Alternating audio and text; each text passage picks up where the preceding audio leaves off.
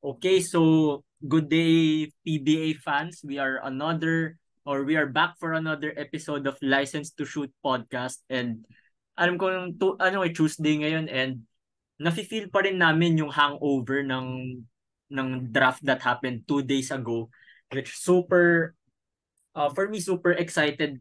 Super excited ako for the teams, especially nakapag-reload sila ng talent with with new fresh or yeah with fresh faces. And before we start, ako pala si William Go at si Wilmin naman ang kasama ko ngayon sa episode natin. Ikaw muna, Wilmin, no? Simulan natin sa iyo. Ano ba yung magiging take mo sa sa draft mismo? Like experiences abang nanonood ka. Saan ka ba nanonood doon? Sa Unang-una. ano ko sa Pilipinas Live yan. Bagong app na ano Like na nasaan ka? Nasaan ka nung nasa... akala ko saan ako nanonood sa well, nasa biyahe ako noon eh. So kaya ako naka Pilipinas Live kasi on the go. Tsaka ang nakita ko lang doon. Sorry, pina-plug ko. Hindi kami sponsor ng Oh, Pilipinas Live pero mayari tayo baka nito eh. naman. Baka Oh, pero di pwede sasabi naman. ko, Pwede oo, naman. baka Welcome naman. naman. Welcome Oo, naman ng ano. welcome. Manifest, di ba? So para sa akin una ko lang napansin is siyempre, how comfortable yung Pilipinas Live. Well, hindi to bayad, pero kung babayaran nyo kami, why not? 'Di ba? So, pangalawa naman is, dun sa draft day mismo yung panelists. Yun talaga yung natuwa ko.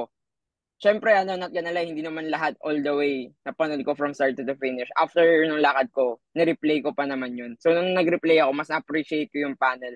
Especially sila, si Charles Tew, Coach tsaka Charles, bro. Si Coach Charles, tsaka si Coach Topex. Siyempre, given na yan si Magu, parati naman staple ng PBA yan. Solid yan parati. Pero yung dalawa yung pinaka parang na-appreciate ko lalo. Actually, ako, yun nga, na-realize ko lang din habang nanonood. Kasi, magandang dynamic yun na yung magiging Mm-hmm. analysts would be si Coach Charles, or yun nga, college coaches basically. Kasi Coach Charles is Mm-hmm. coaching CSB sa NCAA. Although si Coach Topex hindi naman siya nawala sa college. Like, syempre tumitingin pa rin, nanonood pa rin niya ng college prior to his Mm-hmm. time sa Lasal. Pero now na may UAAP, na nasa UAAP na siya, hindi magiging magandang dynamic siya next year if they Mm-hmm. do the same lineup. Kasi syempre he has experience sa UAAP, tapos si Coach Charles naman sa NC. So parang Mm-hmm. mas marami silang scouting report sa mga yun. So pag dinaraft sila sa PBA, 'di ba? Na parang yung Mm-hmm. ginawa ni Coach Charles, yung pinaka gusto kong ginawa ni Coach Charles dun was nagbibigay siya ng mga kwento about lalo na yung mga NCAA players, 'di ba? Parang sinasabi, "Oh, ito nakalaban ko to." Lalo na yung sa Letran, sinabi niya kung gaano nila pinapasakit yung ulo ni Coach Charles. Which super na-appreciate ko yun dahil doon pa lang from there makikita natin yung caliber nila. I mean, no Mm-hmm. disrespect to the other PBA guys. Alam kahit na magaling sila, pero when it comes to draft, mas pipiliin ko pa rin or mas gugustuhin ko na yung mga college coaches para at kahit papaano may kwento sila na mabibigay sa mga na-draft. Ako lang, ang na-appreciate ko lang din talaga nun mas sorry, pero bias kay Coach Topex tayo dyan. Siyempre, Lasal Oh, head coach yan. Lasal. Eh. Pero kasi ang gusto ko lang dun is that siya yung parang UAAP coach representative to be an analyst. Pero at the same time, he has a vast amount of experience in terms of NCAA kasi galing naman siya doon. Yeah. So like yung natutuwa din ako sa mga input niya pag na-draft yung mga dati niyang naging Yun mga din. players like Yun din yung sila upside. Valdez, sila Oh, yung upside diba na si Navarro. Tapos yun, dadagdag ko na-handle lang ko dun sa sila. kwento mo tungkol kay Coach Charles. Natatawa ako parate. Pag kunyari may na-drop na rookie na maglalaro pa sa NCAA this season 99. Oo, yes, Para, sabi niya para, wag makalaban. parati niyang, hindi, parati niyang nihirit na wag na maglaro, pumirma na agad ng kontrata. Oo, totoo Mga yan. ilang Totoo beses yun. ko narinig yun eh, lap trip. Tawa. Yun din natawa ko doon. Tsaka yung last na for the panel. Well, masyadong hindi ko naman masyadong minasama. Natawa lang ako na parang, like dumaan lang yung konting speculation type na Nung na-draft si Amores, tahimik na si Coach Charles. Hindi ko napansin yun. Mas napansin ko kasi yung gumaganyan sila Love Oh, trip. pero noon na ano Oo. siya, mas nagsasalita pa si Coach Topex doon. Tapos parang one Mm. sentence lang yung sinabi ni Mm. Coach Charles. Para sabi ko, may bahid pa ata to. Pero alam ko medyo naka-move on na rin sila doon. Hindi ko Mm. masyadong natawa lang ako nung nung sa Mm. tingin mo. Mm. So yun, actually bago tayo malihis, balik tayo sa ating episode mismo, ang mga winners at losers nung nakaraang draft day. Simulan muna natin sa losers. Mauna na ako. Syempre, unang loser is kaming dalawa ni William Oo, sa kami aming mock talaga. draft nung Kami, License kami to Shoot dalawa. podcast. Kami Ako, pinaka-loser.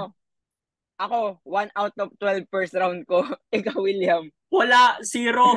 Nung ano pa lang. So, yun. Well, ginostify naman natin ng maayos, pero Oo, iba yung tsaka iniisip natin sa ano eh. Iba, syempre magkaiba oh, tayo ng iniisip ng coaching staff. actually, hanggang ngayon, pinagtatawanan ko na lang. Pero, na rin, nag-uusap ko ni William habang Oo. nagda-draft. Tapos parang, alam mo yung habang bumababa yung draft, umaabot na sa 9th pick, 10th pick, lalo ka nadidepress kasi alam mo parang wala ka nang itatama. Oo, wala na. Yun. Nakakaano lang. Bittersweet. Pero at the same time, siguro, yun yung nagpapakita na ang hirap talaga nitong draft class na to. Sobrang loaded. Unpredictable nga. At saka doon mo na-appreciate Mm. yung beauty ng game kasi I mean, lahat Mm. tayo may kanya-kanyang predictable. Tapos, may mangyayari bigger than what we actually predicted. Mm. Mm. And ganun kahirap hulaan din yung draft kasi isang maling pick lang. Parang halos lahat masisira na. Yung mag number 2 lang si Christian David, sirang-sira na yung mock draft natin. Yung 1, feeling ko okay lang eh. Kasi Oo. siguro magsa-slide down lang 1 na spot, tapos tatama pa rin yun. Pero nung napick si Christian David nung number 2, sabi ko, sira ang mock draft. Tsaka torn pa nga tayo nung sa 1, di ba? Torn pa nga tayo between Shawnee and Kasi baka switchable lang yun eh. Oo, Kaya kasi nung tsaka kaya with nag-Shawnee lang tayo kasi siya, bata, mm, mas bata, tapos ito yung mm, mas fit sa rebuilding timeline tama. ng Terra Firma, tsaka tsaka mas na siya, mas aware na siya sa Philippine basketball, parang mas namamatahan na Mm, siya ng mga mm. coaches. Tapos ngayon, ang usapan niya na kay Shawnee, steal na, possible steal of the draft na siya ngayon. Feeling ko yan mamaya natin pag-usapan kasi Mm. baka si Shani and his team Mm. pumasok dun sa ating winners category. Pero Parang dito muna in-explain tayo sa lang mga natin yung mm, unpredictability of the draft. tama. Pero dito muna tayo sa draft losers. Ikaw, may team ka bang naisip ganyan? Ako sa totoo lang wala talaga kasi parang lahat nakapag-reload eh. Totoo naman kasi knowing kung gaano kalalim tong draft class na to. Pang Mm. 10th pick, 10th round, umabot tayo ng 10th round, 11th pa nga, 11th round. So, sobrang daming players na draft. Almost, wait lang, bilangin natin to. 78. 79 rookies out of 124 yung na-draft. So, ay 120. 79 out of 124 kasi yun yung official list. May Ah, apat na natanggal.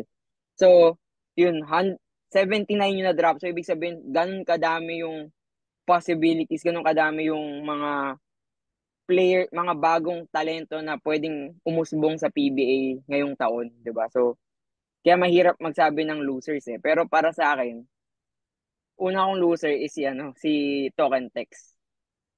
Ako medyo convinced ako na Token Tex ilalagay ko sa loser because nag-pass sila agad on the third round. Kahit na sabihin natin nakuha nila si Galinato on the trade with Rainer Shine, they were able to acquire Henry Galinato.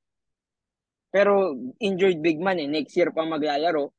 And then siguro kaya lang sila loser para sa akin kasi yung fact na may mga iba pang players na pwede mong i-draft kahit isubok mo lang sa tryout, hindi mo na binigyan ng pag-asa. So yun lang naman yung sa akin, parang doon ako nasasayangan kasi madami pa namang players na pwede nilang kunin doon sa third round katulad ni Franyu, JC Cuellar, 'di ba? Wait lang, Zach Wang, King Caralipio, 'di ba? So parang yung the fact na hindi sila nag-draft for the third round, doon lang feeling ko sila naging loser. Pero lineup naman nila TNT is still matisi. TNT naman. Oo, pero nung draft day lang, yung naging performance nila nung draft day, medyo tagilid sa akin. So yun. although, sige, since na-mention mo nga na they acquired Galinato, not through the draft, Mhm. pero via trade on draft day. So, Mhm. well, for me naman, kahit sabihin natin solid si Galinato, though ang concern ko lang is, yeah, they basically have the luxury to wait since, Mhm. syempre, kaka-champion lang nila eh. Sila yung Mhm. defending PBA champion. Sila yung huling nag-champion Mhm. sa PBA. So, yeah, they can so malakas pa sila and then pwede pa sila maghintay. Pero 'di ba nung game 1 nung finals na ACLC Justin Chua. Mhm. So yung center spot nila for the meantime lang naman medyo butas pa kasi ang papalitan nun would be Poy Eram and then si Kelly Williams, which malakas pa rin naman si Kelly pero Saka syempre siguro yung age import wise nila, meron na bang announcement? Wala pa naman RHG ata, no? RJ import nila, which babalik si RHG. hindi naman super nagpa-5, di ba? Oo, More of pero ano wing. rin naman kasi, kung mag-small ball, siguro pwede. Mhm. And then, yeah, other than that, yun lang naman, yeah, actually, gets ko naman yung pinopoint out mo na kaya nagkaano yung TNT because Medyo sayang lang kasi pwede pa hmm, silang kumuha ng iba. Yun lang naman. kahit loaded. Okay. So, Mhm. yeah, actually, dinaanan lang talaga namin yung losers na yan since, Wait lang, may isa pa ako. sige, Para lang sige. may input tayo. Wala ko dinaanan Et, natin. dinaanan lang natin, pero dagdag na lang din natin to. Very quick na lang. This is a unconvincing na loser para sa akin. Pero still somehow falls on that losers category para sa akin is yung NLEX. So, bakit? Kasi siguro nung gumagawa tayo ng mga draft contents about NLEX, we're high on NLEX getting at least one big man more. And then wala silang kinuhang kahit isang big man sa draft. I love yung mga kinuha nila, like si Richie Rogers at number 7, si Enoch Valdez sa second round, si John Nermal on the second round, tsaka syempre si Dominic Pardo, yung 3x3 player nila, given na yun, tsaka si Lorenzo Navarro on the 5th round. Pero wala masyadong big man, walang 4 or 5 No. on a big man heavy drop. Yun lang naman yung parang nagkulang sa NLEX for me. Pero kung titignan natin yung mga prospects na kinuha nila, solid yan for sure. And I'm a bit high on Richie Rogers din naman. O wala Very nga, si oh, Adamos 'di pa ba? yung center nila, tsaka si 'Di ba? Adamos So, ito, check ko yung lineup nila. O nga, Adamos and mm, BGR lang. Then siguro si Jake Pascual, pero undersized si Jake Pascual eh. 'di ba? So, etong draft na to, ito yung sinasabi nila na medyo big man heavy draft. Na Mm. kahit third round may makukuha ka pa rin. Kahit fourth round pa nga eh. So, yun lang. Doon lang parang sana kumuha pa ng isang tinesting na big man tong NLEX sa draft. Pero yun lang. Actually, yun lang. Yun yung reason ko for NLEX going sa aking losers ng draft. Yung Actually, recent draft. Yun lang. kasi actually na-realize ko lang din no na isa rin sa na-notice ko na syempre big man heavy nga sila. Ang dami 'di ba nagre-reload sa size. Actually pinaka Mm-hmm. na-realize ko lang quick segue lang to or like quick commercial break from the topic. Kasi siguro ang possible like in my head lang justification in my head na kaya ang daming nagre-reload when it comes to size, especially nga rain or shine, is because nakita naman natin ng World Cup yung performance ni Junmar, di ba? Na sobrang Mm-hmm. ganda ng nilaro ni Junmar. Kaya Uh, parang medyo mm-hmm. problema yung PBA teams na Mm-hmm. ano pa nga lang, wala pa nga yung World Cup na yun, dominant na si Junmar. Tapos ngayon, no, Mm-hmm. kahit nung Yes. tumanda na si Junmar, ang lakas pa rin, like, ang dami niya pang na-improve. So, I mean, obviously, yung mga rookies na to, hindi sila, well, as of now, hindi pa sila level ni Junmar, pero at least with size, kaya nilang kahit pa paano, Mm-hmm. bawas-bawasan ng konti yung Okay, so winners na. Ito yung favorite part natin kasi actually nag-uusap din kami niyan na natutuwa kami sa mga ibang draft selections. Diba? Mm. For Sige, three yung basta alam natin yung isi-save natin the best for last. Oo. Pero Pero unahin mo muna, sino yung team na gusto mong unahin? Yan. yan, sige. Actually, tatlo naman talaga yung top 3 winners Sige. na pag-uusapan namin. Start tayo sa sige, in order to, like, yung 3 to 1. Sige, sige. Start tayo sa number 3 natin, which is the Northport Batang Pier. Mhm.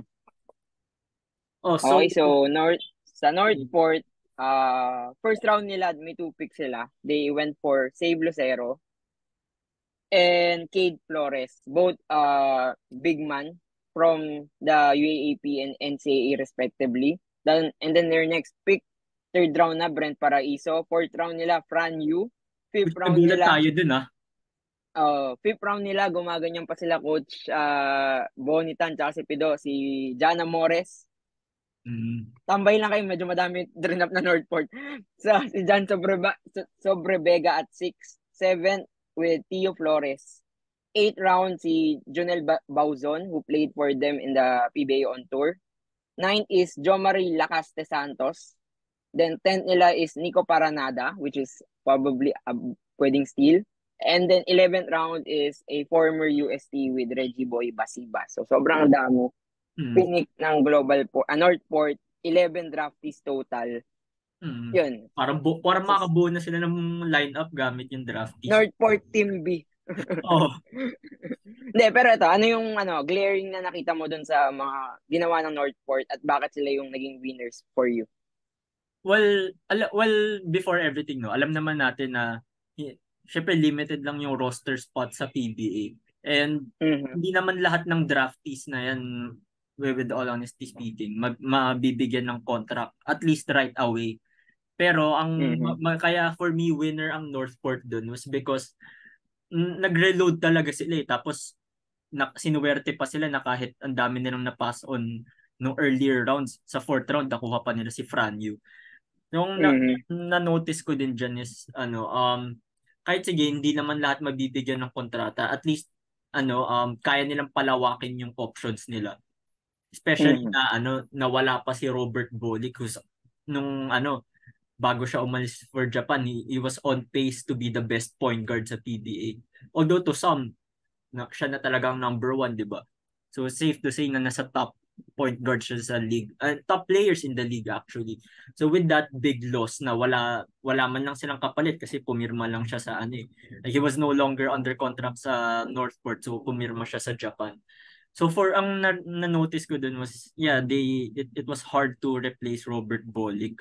Kaya they kept nilawakan nila yung options nila. I mean, kahit sabihin natin na hindi ma-match yung level ng galing ni Bolick, at least makakapag tayo ng magiging collective effort siya to fill in the kay Robert Bolick. Sa akin siguro winner sila kasi they drafted really well from their first round. Basically, they drafted a need for them, which is big.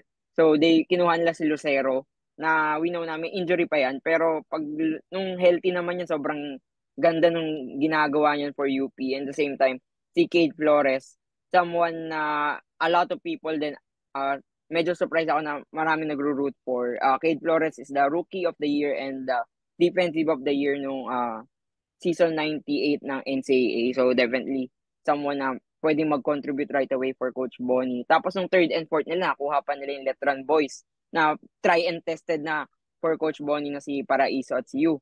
Tapos yung fifth round, which is my favorite.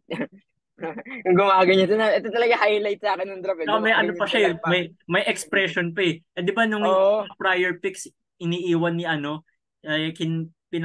parang binibilin na lang nila i-announce yung pick kay Arvin Tolentino. Pero ito talaga si Coach Pido eh. Sabi Northport. Pinaghandaan nila eh. John Amores. Gumanon pa. So yun. And then kaya sila winner kasi yun nga, yung mga first few rounds nila, nakakakuha sila ng sobrang gagandang picks na add more value sa Northport. And at the same time, yung naman, yung mga kinuha nila na from, let's say, from John Amores to the 11th round, pwedeng mga possible steals. Like, ito si Nico Paranada nga, nung binasa ko kanina. Surprise ako, umabot pa siya ng 10th round. Sa mock second round eh. Diba? So, pwedeng a possible steal na pwedeng gutom yan pagdating sa Northport practice para makakuha ng kontrata. Diba? And then, actually, I like this Northport team as a winner kasi kumuha sila, kaya din maraming picks yan kasi hindi lang sila kumuha for their team. Kumuha din sila for 3x3. Kasi ganun yung ginagawa ng Northport before. Actually, kala ko din kung saan pupunta yung sasabihin ko eh. Sabi ko parang ibang Kaya setup pati ah. ako na ano eh. Kaya pati ako na pa sasabihin nito para sa Hinebra ba?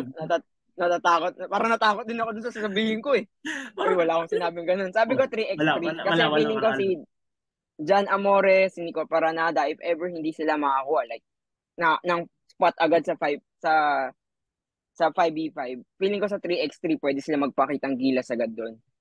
Biglang maging bagong bayani ng 3x3 itong dalawang to. Parang ganun. And then, they have history na rin they have history na rin last time na they drafted players. Then, pag hindi makapasok yung draft nilang player sa lineup nila, ilalagay nila sa 3x3. One testament of that is si Mark Olayon of UE nung 2021 draft. Yun. Ayun din. Actually, quick commercial break lang. Alam naman natin yung controversies that surround John Amores, di ba? Now na nabigyan siya, at least nabigyan siya ng chance ng Northport. Aminin man natin o hindi kasi tinawag yung pangalan niya. Obviously, ngayon nagpa-practice na siya with Northport. Kung siya, kunyari nakabangon siya sa controversies tapos he was able to make a good career sa PBA kahit sabihin natin hindi siya naging superstar, well, at least naging solid contributor siya sa PBA. Pero sobrang ganda ng nun, sobrang gandang kwento nun. Kaya nga, actually, kaya nga excited ako sa kanya kasi yung comeback story niya or yung redemption arc niya, we will still have a chance to see it if it pans out. And obviously, lahat naman ng tao ngayon na hopeful is yun yung gustong makita kay John Amores. Yun din.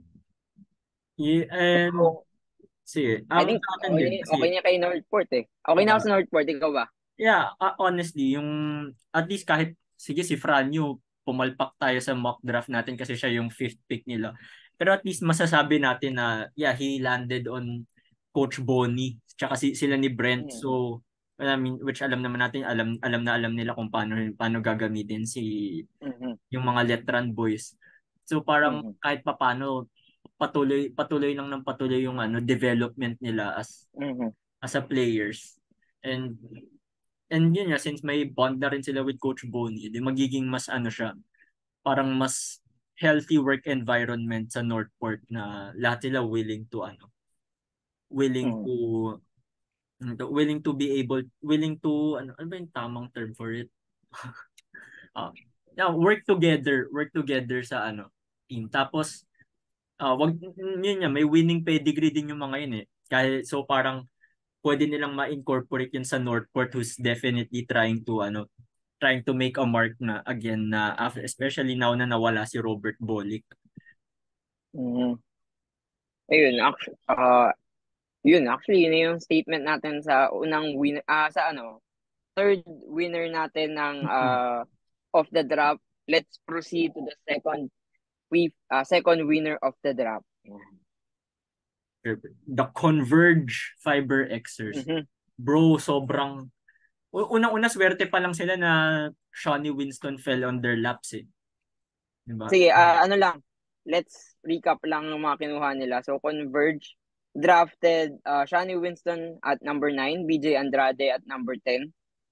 And on the second round, they drafted Brian Santos, tsaka si JL De Los Santos. And then third round, they went for Inan Fornillos. Fourth round, they went in for King Caralipio. Fifth round, Rin William Bing. And then sixth round, Cameron Vegan Fleming. Seventh round, they went in for Raymond Binuya. Eighth round, Jeffrey Garcia. And then the ninth round, Andre Flores.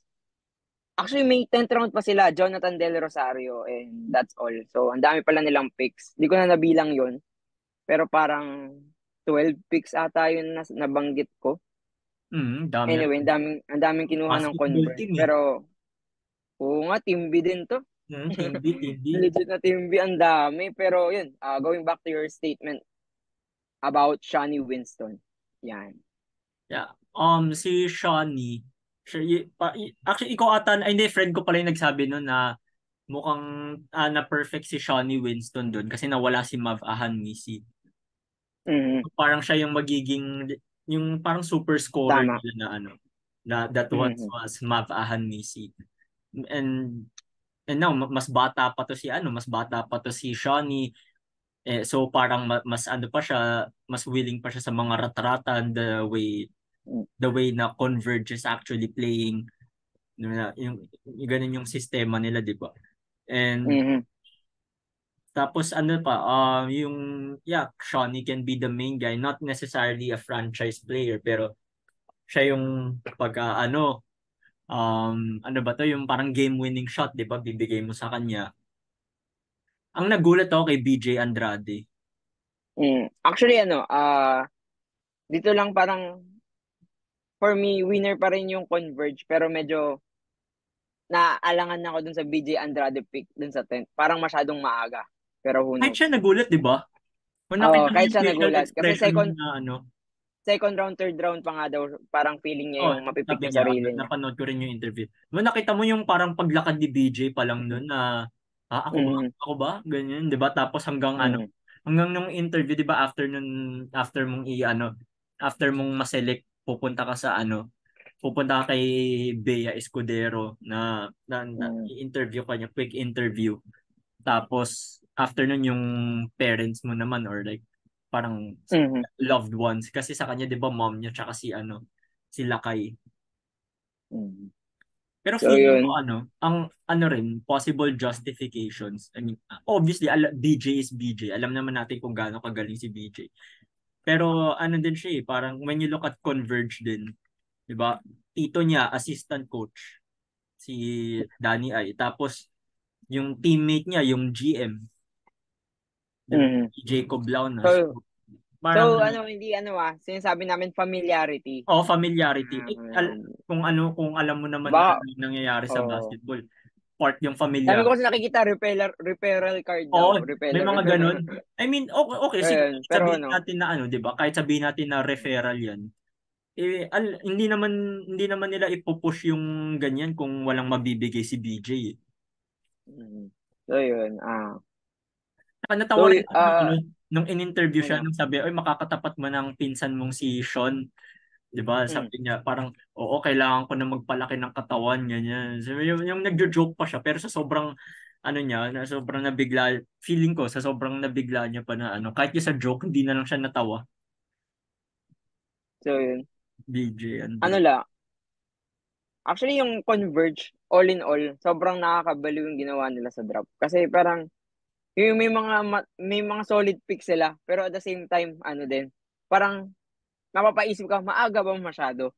Oo, Parang, yun nga, si BJ Andrade on that 10th pick. Tapos yung sa second round naman, si Brian Santos. Ano din to, former UST player. Dapat maglalaro kay Coach Aldin nung during the pandemic. Kaso nga, di ba, the bubble yan. happened. Wait, so hindi So, sila ito yung, nag-abot ni Coach Aldin? hindi, ano siya, rinrecruit siya ni Coach Hindi, like, Aldin. in one season, like, Yeah, magkasama hindi sila siya, sa team. Wala na. hindi. Dapat magsasama sila. Kaso nga, the bubble happened, then nag-resign, and yun na, alam yun na yun. So, actually a good pick, 6'4" shooter. So, stretch 4 siya. Nangyari dun sa kanyang final year sa UST. So, definitely, ito yung pinag-uusapan natin na kulang sa Converge, yung power forward spot.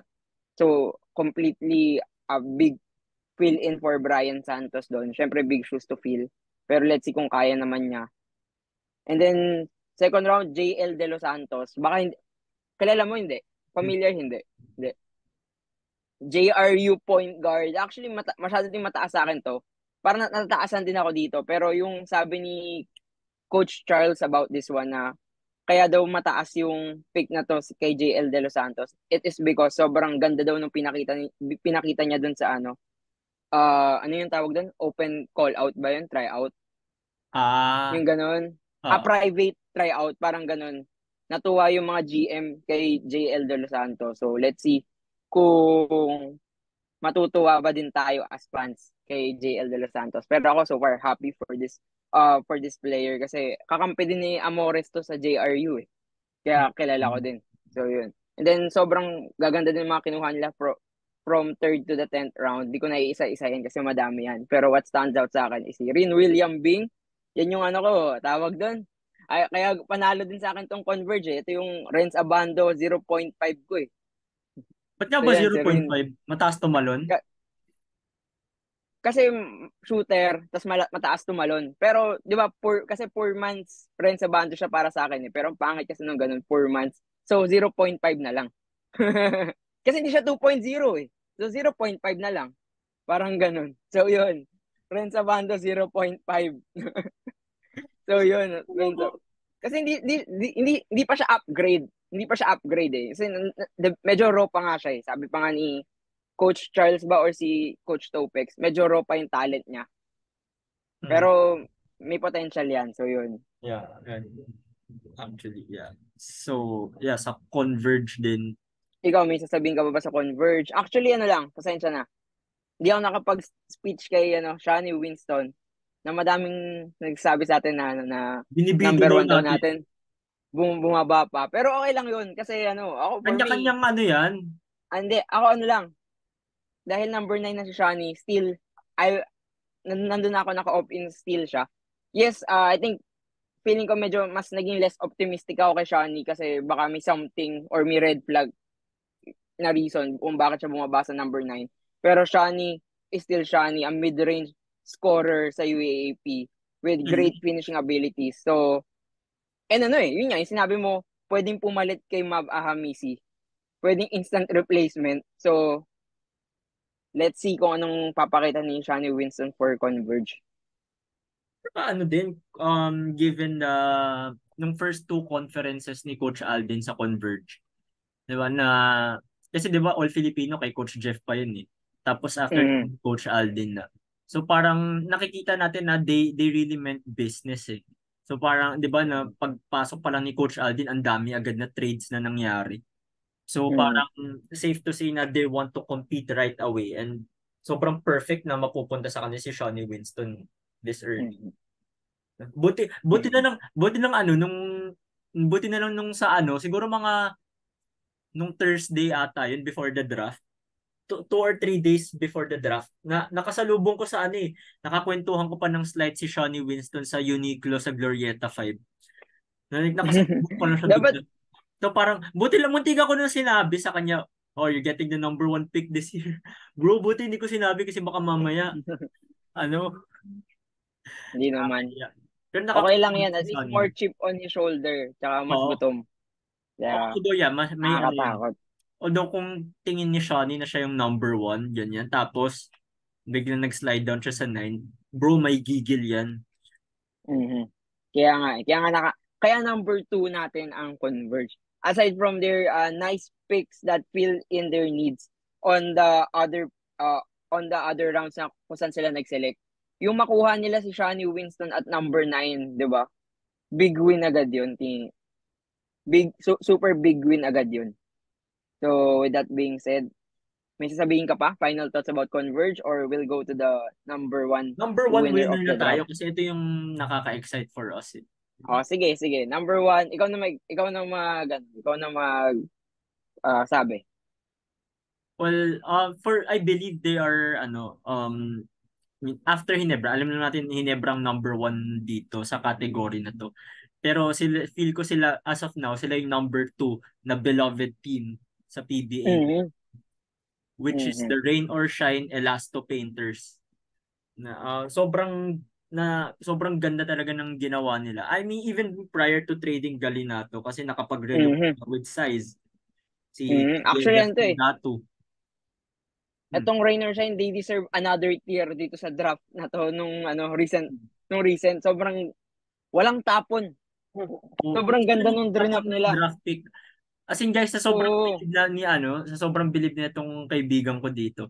Nung nag-message siya sa akin yung kasi siya usually gumagawa ng flow namin eh. Sabi niya kailangan separate segment tayo sa Rain or Shine. Oo. Hindi kasi sorry pero parang 'di ba sa yung mga other winners na binanggit natin ngayon, may mga parang isang pick tayo na medyo tumataas kilay natin, like ay Hmm. medyo mataas, medyo Hmm. hindi. Etong Rainer siya yung lahat ng pinik nila from the first round to hanggang kailan sila nag last pick. Wala kang masabi. Sobra. Hanggang fifth round lang sila kay Larry Arpia Jr. na hindi masyado kilala ng ibang tao, pero knowing the fifth round na, great pick pa rin for Rain Rainer or siya yung Shine. panahon yan. 'Di ba? So yun. Ikaw, Tapos, unahin na natin ikaw, actually, yung sige, ano mo. start tayo kay Luis Villegas. Although, Mm-mm. matagal pa siya. Well, I watched Coach Yeng's interviews with CNN. Para, di ba sabi Mm-hmm. sa ano mga September or September or ay hindi naman September, December or January pa ata siya makakabalik, 'di ba? So, yeah, I mean as great of a player he is, he wouldn't be able to play right away. So, hindi pa natin masyadong mararamdaman yung impact ni Luis Villegas. Pero dito kay Keith Datu, medyo curious. Mm. 'Di ba ano siya? Paano bang laruan ni Datu? 'Di ba parang brusco siya? Well, sa mas konting, like parang in a nutshell, para sa akin, ang pagkaintindi ko sa laro ni Kit Datu, medyo parang Luis Villegas din siya, pero mas, ano, ano yun? Mas matigas sa ilalim. Kasi si So, we know naman, di ba si Villegas medyo lanky, lean yung mm. kanyang figure. Etong si Datu, bato-bato eh. So, and nasanay sa 3x3, sa bugbugan sa 3x3. Tapos under Yun. the mentorship of Bo Belga. Mhm. Oh, Mhm. bro naman. Kaya nga eh, Ano niyan? double big. Double big picks nila at 3 and 4. Wala kang masabi. Bro, sobrang Ayun. ano niyan, sobrang exciting yan si Keith Datu. Kasi, tapos di ba mas malaki siya kay Bo? Like in terms of height, Mm. If I'm not mistaken, 6'7" ata sila pareho ni Villegas. oh, 6'7" or 6'8". so Kung somewhere 6'8" si there. Villegas, 6'7" si Kit Datu. So, Parang ganun lang. so ano So na, mataas agad. di ba? I'm Kuya Bo is Kuya Bo, pero with Keith Datu and Luis Villegas, medyo makakapagpahinga na si Coach Bo tuloy. Mm. Naging Bo Boom. Perasol. Hindi. Akala ko Kuya Bo. minamanifest mo na magiging coach na si Hindi, Bobelga. naging Bo Ah. Perasol eh. Hindi, pero ayun, medyo makakapagpahinga si Kuya Ah. Bo. Tapos, Mhm. sino pa ba center ng Rain or Shine nun? Si Jewel Si Ponferrada, Ponferrada. which Mm. undersized siya for a PBA big man ah. And then, Mm. tapos si ano pa, although si Galinato, they traded away, tinrade nila sa TNT yan, di ba? Sabi pa nga ni ng Magumard yun, extra rice, 2.0. Kasi wala na si JR Kinyahan eh. Buti hindi din nila sinabi 0.5. Hindi naman yung point 5, ikaw ng mga, ano. And then, si Hindi, ano Adrian lang. Pumpa. Ano, Ah, point guard siya, di ba? Or shooting guard. sino? Si Adrian Nocum. Ano siya, two guard siya. Ay, two I guard, think two he guard. plays for combo wing yung nilalaro niya sa Mapua, pero parang 6 feet flat lang siya. So, pagdating sa Convert point guard. UAP, Hindi, pagdating converted two PBA. guard siguro. Ba, PBA, PBA pala, magiging sorry. convert na point guard. Point or two, which is okay naman siya sa two kasi medyo slasher na defensive slasher siya. Yung So, hulog yun. ng langit sa kanila, si Sherwin Concepcion eh. Umabot ng Yun, 30. yun, yun, yun. Kaya nga sinasabi ko sa'yo, parang lahat talaga panalo yan. Ayoko na magsabi dun sa first round, alam na natin yan. Second round nila, Galinato. Dude, nung mock drop natin, gusto ko gawin number 3 yan si Galinato or number 4. Kasi bagay sa Rain or Shine. Although ngayon, nasa token text na. So, okay lang naman. Di ba? Panalo pa rin sila. Sobrang taas pa rin yung tier ng Rain or Shine. And then they pick Adrian Nocum on the number 12, which is, for me, ito yung, pinaka nag-benefit sa draft combine. Kasi yung nagkaroon ng clip na dinidepensahan niya si Rivero, naiinis si Rivero, siya, ano yun? Hard-nosed D lang siya. So, napakita niya siguro dun kay Coach Yang na, matibay ako, Coach. Kaya ko din, Yun ang mga gusto ni Coach yung, King eh. yung mga tibay na gusto, yung mga tibay tsaka yung toughness na gusto mo sa isang team, meron ako ng Coach. Kaya siguro na pick siya on the number 12 ng second round. And then yun na, going back dun sa sinabi mo, yung hulog ng langit na si Oo, Sherwin Concepcion. di ba na Grabe, parang parang, magandang Monica rin ah. di ba? Pwede. Di ba? Parang magandang Hindi mo Monica kay Sherwin in-expect eh. Concepcion yun ah. I mean, alam naman Totoo. natin kung ano yung nagawa niya sa UST kahit nung di ba nung after yun nga yung Bicol bubble nila nun, halos na Mm, disband yung team. Siya lang yung nagstay and then nung naging sa kanya na yung team, gumawa talaga siya kahit sabi natin di mm, sila nananalo nun. Catch and shoot kind of player. Minsan, dahil nga kulang sila ng number 1 option, siya na rin gumagawa ng paraan para makascore siya beyond the arc. So, paano pa kaya pag na-set up to ng mga point guards ng Rain or Shine? So, definitely, mas nakakatakot sa 3-point range itong si Concepcion. Tsaka idagdag lang natin na pwede din siya ma-mentor ni James Yap, di ba, sa tres sa shooting. So, Yun din. parang malupit din yun. And then, let's go to the fourth round. Actually, parang masaya na ako nung third eh. Lalo pa ako natuwa nung napunta si JC Culliar sa, Yun. di ba? JC, Basic natuwa, lalo guard. ako natuwa eh. Sobrang Akala mo, steady na point guard. At saka oo, natural point guard siya, di ba? I mean, hindi naman necessarily pure point guard like yung traditional, pero point guard yung talagang position niya, di ba? mm, Oh, syempre, as great of a point guard si Karakot at si Asistro, hindi, convert lang din yun eh. At least ngayon, meron na sila, kahit sige, hindi siya yung magiging top point guard. Pero masasabi natin na yun ang natural position niya. So, magiging comfortable siya na meron na sila yung point guard who's definitely comfortable of being a point guard. Tsaka ito si JC Culliar, napanood ko to ng drop combine. Sobrang steady maglaro, so sabi ko, madadrop to. Ang ganda nung pinakita niya dun sa drop combine tournament nila. They went for second place, pero sobrang steady point guard talaga yung pinakita niya. Eh nung napunta siya sa Rain or Shine, sabi ko, grabe ka na, coaching. Wala kang minali dun sa drop mo talaga from first to the fourth round eh. Sobrang ni Coach Yeng eh. Diba? So, bro, sana lahat sila makalaro or magpirmahan ng kontrata. Yun na lang hinihiling ko. And then siguro ito yung fifth round nila, Larry Arpia Jr. Shoot first kind of guard. So yan, parang sabi nila, at saka by the way, ito yung pinaka nagtali ng highest vertical leap ng draft combine. So, another deep, athletic prospect for them. Pero yung first to fourth, wala ka nang masabi, lahat tama. And then yung fifth round, kumuha sila ng someone na kaya din mag-produce on that deep in that PBA draft. So, wala. Talagang perfect yan sa akin para sa akin itong Rain or Shine. 100 yan kahit i-trade nila kahit na-trade na nila si Galinato. Sobrang excited ako sa Rain or Shine ngayon. No? Not gonna lie. Siguro pag may try ko, pag may naka-vacant, manood ako isang Rain or Shine game. Kahit walang Hinebra. Nood tayo ng Rain or Shine game. Tapos sige, may sabihin ka pa. Actually, wala lang. Naalala ko lang nung gumawa tayo ng Steals of the Drop episode. Sabi ko kay JC Culliar, bagay sa Rain or Shine. Sa punta sa Rain or Shine, yun lang yung parang, kaya tuwang-tuwa din talaga ako nung nakuha nila si Culliar. Kasi sobrang saya na ako nung nakuha nila si Concepcion. Tapos nakuha pa nila si Culliar.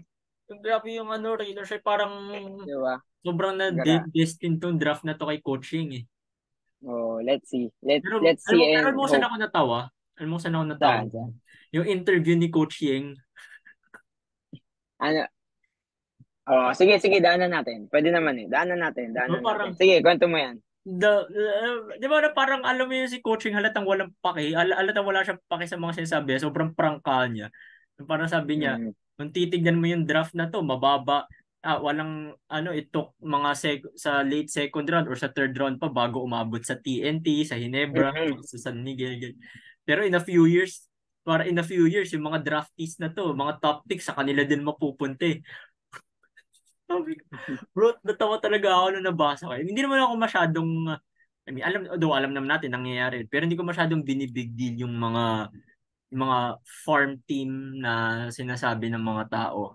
Although alam ko nangyayari yung mga yun, definitely, pero hindi ko binibig deal. Pero the way na, or the fact na si Coach Yeng ang nagsabi nun, bro, matatawa ka talaga kasi kaya, di ba, ang dami nagsasabi na Yengyao for commissioner. Nababasa alam mo naman kasi si Coach Yeng, talagang matagal na humihirit talaga yan about sa farm teams. Yun, naalala ko pa yung dati sabi niya yung Kia daw kung hindi nag-trade baka champion na, ganun. Yung mga ganun hirit niya. Pero i-clear ko lang kasi nakikita ko sa feed, pag kunyari nakikita ko yung statement ni Coach Yeng na yun, biglang may magko-comment, trinade mo nga si Galinato. Parang reason lang is injured si Galinato eh. So, kung kaya nila i-switch agad yun into some kind of a win agad for them, which is a first round pick ng Token Tech sa 50th season ng PBA, na who knows kung sino man yun ngayon. Diba still a win for them? Yun din. Actually, diba? Tama yun na okay, we can wait pa naman eh. Especially ang dami pa nilang, sobrang loaded sila ng young talent eh. Mm, Diba? So diba? season, ano ba ngayon, 48 ngayon, diba? Tapos sa 50 pa Oh. nila makukuha. Malay mo sa 59 lahat ng mga import Oh, biglang diba? Yung magpa-drop sabay-sabay. draft, Oh, who knows? Diba? So diba? they're making the most out of the young team nila ngayon. Hindi mag-ano na sila, kuha Mm, na sila ng or mag-stock up na sila ng mga ng mm, mga draft picks kasi kasi yun, who knows, may professional experience na rin naman yung mga imports. Pwede nila makuha right away. Mag-compete na mali mo yung 'di ba? Syempre kahit sabihin natin na maganda yung careers nila, hindi tayo sure mm, kung tatagal yung or excuse me. mm, Gaano katagal maglalast sa foreign countries yung mga imports natin. So I mm, actually like what Rain or Shine is doing and yung nila um yung rebuild nila kasi ito yung masabi natin na full on rebuild na ginagawa ng Rain or Shine. And mm. ano ba sila din yung huling nag-champion na independent team, di ba? Oh, 2016. Oh, di so ko sure. Basta nandun pa si Jeric Teng sa kanila. yeah, 2016. 2016 pa yung huling independent team na nag-champion. Ngayon pag makakapag-rebuild sila na makakapag-rebuild sila ng panibagong program post last champion nila, magiging magandang rebuild storyline to, kaya super excited ako for Rain or Shine. And yun nga, ako din, sobrang excited sa Rain or Shine. And to all the PBA teams, hindi naman namin kinover lahat. Pero siguro in a nutshell, tong draft na to, parang yun nga, sabi ni William, ang hirap humanap ng losers kasi yung halos lahat nag-stack up talaga. Sumubok kumuha ng pinakamataas na talent na kaya nilang makuha given dun sa chance na nabigay sa kanila. And sa pagkakataong yun ngayong taon, yung Rainer sa inyo pinaka nanalo. And I think that would be our winners and losers ng ating PBA Draft 2023. Last content for the PBA related dun sa PBA For Draft the series. 2023. So susunod na PBA draft natin baka next year na. Pero makakaasa pa rin naman kayong papahapyawan naman natin tong mga PBA drafts na to pag kunyari players really doing well ganun, di ba? Mapag-uusapan talaga natin 'yan. Yes. So eh, sa naman ikaw, may iba ka ba bang gustong sabihin? Ako na lang, like, share, and subscribe our License to Shoot podcast. We will continue to improve and develop our pod. Please continue supporting us. And yun, kagaya nga ng sinabi ko kanina, this is our last episode pertaining to the PBA draft. Yeah, for Pero this sa susunod series. na contents, we're going to that college basketball season and we are excited Exciting. to create contents regarding the collegiate basketball of the Philippines. So yun lang. Okay, so this has been William Go. And this is Miggy C. Until then, take it easy, stay safe, and have fun.